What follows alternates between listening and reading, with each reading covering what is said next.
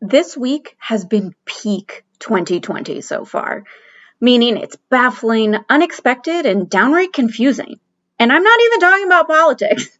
In the gaming world, things are going crazy too.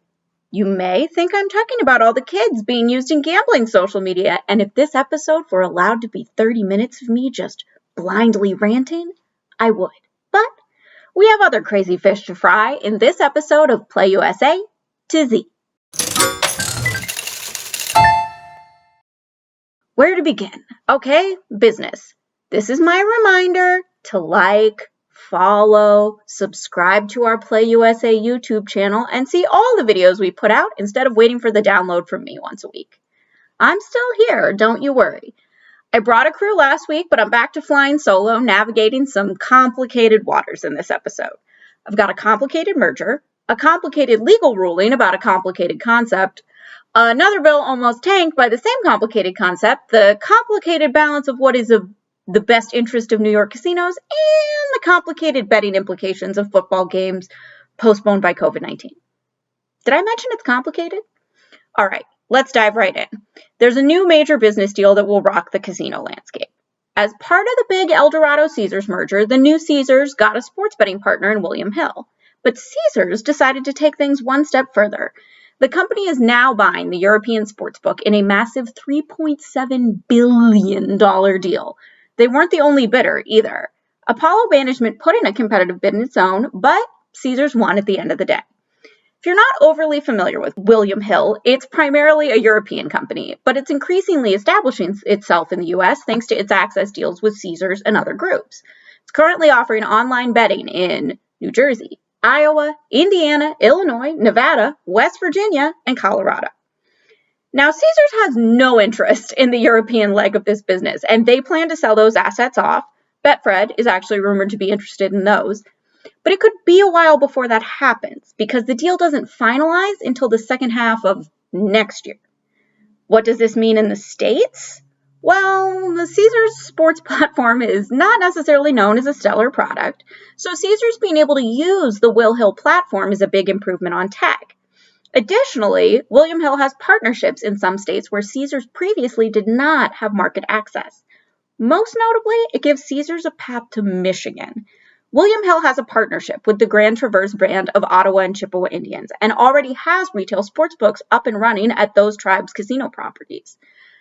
The connection for Caesars is great when it comes to sports betting, but the real hope is that they can parlay, I can't help myself, the sports betting deal into online casino and online poker too. Caesars is a bit of an also-ran in the sports betting world, but it has a strong online casino presence and an even stronger online poker brand in WSOP.com. If this path to get those launched in the Wolverine state is viable, it's going to be worth even more than any VIG they're getting from a sports book. However, a bill to make the Michigan online poker market more lucrative was actually almost tanked recently by, of all things, dead horses. All right. So Michigan needs the legislature to approve a bill that would allow online poker sites in Michigan to compact with other states that offer legal online poker, that being New Jersey, Nevada, and Pennsylvania. They all have compacting rules, but Pennsylvania actually hasn't allowed player pooling to begin. Given Michigan's large population, it's important for the health of online poker in the U.S. that the state's part of those compacts. However, some lawmakers may have overstated just how important. As Play Michigan reported, one of the bill's co-sponsors tried to tack on an amendment to legalize historical horse racing in the state.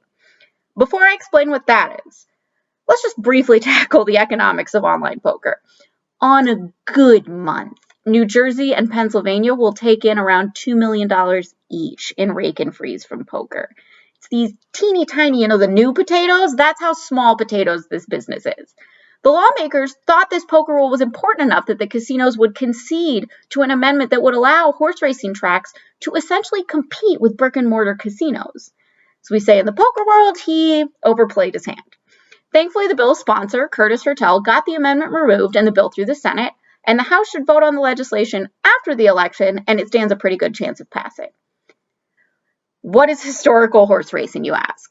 Okay, I'm going to tell you that they aren't slot machines. Essentially, in place of a random number generator, these machines use historical horse racing results to power these gambling devices that involve spins and icons and bonuses, but I repeat, are not slot machines. You know who really doesn't agree with that? The Kentucky Supreme Court. In the Bluegrass State, a number of historical horse racing facilities have popped up in recent years, and a legal challenge to the machines used in these facilities ended up in the state's highest court. Under Kentucky law, the machines have to fall under the scope of parimutuel wagering, meaning betting on a single race for a pool of money created and generated by other bettors. The court ruled that the brand of machine used in several facilities does not fit these mandates because players were both picking the results of multiple events at once and seemed to be playing for what was a house pool and not a player pool. The ruling could be huge to the state's marquee industry. However, Churchill Downs' racing facilities use a brand from IGT for historical horse racing that doesn't have the same functionality, so they seem to be okay for now. Other groups like Keeneland and Kentucky Downs will need either legislative intervention or a reworking of machines to fit the rule of law. Otherwise, there might be shutdowns. Now that you know a little more about the machines, you can understand why Michigan casinos were not willing to play ball. It's more competition, after all. This protective instinct is something New York casinos are dealing with when it comes to online sports betting. There are 4 commercial casinos and 3 tribal gaming groups that would be eligible for a license to offer online sports betting if the current legislation proposed passed. In theory, if the proposed legislation offered multiple skins for, say, 3 per license, those casinos could make bank in partnership and licensing deals. Instead, though, the casinos have established a united front pushing for a single skin requirement. What that would mean for New York betting market is that there would be 7 sportsbooks apps to start, and that's it. And given that each casino already has a partner, I can tell you who's in. FanDuel, DraftKings, BetRivers, Bet365, Fox Bet, Caesars William Hill, and Seneca is doing its own in-house product. Who's out? For now, that would mean no MGM, no PointsBet, no Barstool, no Unibet. However, if downstate casino expansion happens, BetMGM could have a path to New York via its Empire City Casino slots parlor in Yonkers. Why keep the market closed and restricted when more skins means more partnerships, means more money from partnerships? A smaller pond makes it easier to survive if you're a smaller fish. In other states, FanDuel and DraftKings dominate, but some of the smaller brands are struggling to keep up. Limiting those options could help those operators. However, Assemblyman Gary Pretlow, the lawmaker pushing the legislation, says he opposes this approach and hopes he can appeal to other members of the legislature that the money from licensing fees on multiple skins, which could amount to $168 million in upfront fees with 3 skins, is too much money for New York to pass up. The battle for New York sports betting is a contentious one. The state's desperate for extra revenue, and this could be the time to make online betting in the Empire State a reality, but is it a reality with 7 options or with a couple dozen? All right, moving on. The game between the New England Patriots and Kansas City Chiefs went about as people expected, but along the way it had some twists and turns after Patriots starting quarterback Cam Newton tested positive for COVID-19. If you want to know what happens when a game like the one between the Titans and the Steelers is postponed to later in the season, check out my gal Nicole's latest Q&A tackling that subject. If you're new to sports betting, maybe you're frustrated that the starting QB was out and your Patriots moneyline bet was still live. This is par for the course in sports betting world, though. Players get injured or pulled from the roster all the time, and bets on those teams stand. Most sportsbooks pulled the game off the betting board after the announcement, waiting to hear what the NFL planned to do. Once the game was on, just delayed a day at the same venue, the bet went back up, but with much steeper spread given Newton's absence. The venue didn't change. The delay was just a single day, so most sportsbooks didn't refund any bets. But the big takeaway here is that you really have to read the fine print to know how each individual book is going to handle things. With COVID-19 impacting sports all over the globe, take the time to read the house rules. They're required to be posted inside any sportsbook and on the website of betting apps.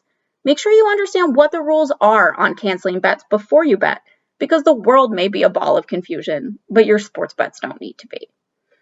All right, that wraps up this episode of Play USA to Z. If you want to learn more about anything discussed in the episode, check out the links in the description below. Hit me up in the comments section, or you can tweet us at VisitPlayUSA, and I'll point you in the right direction. In the meantime, I'll see you next time on Play USA to Z.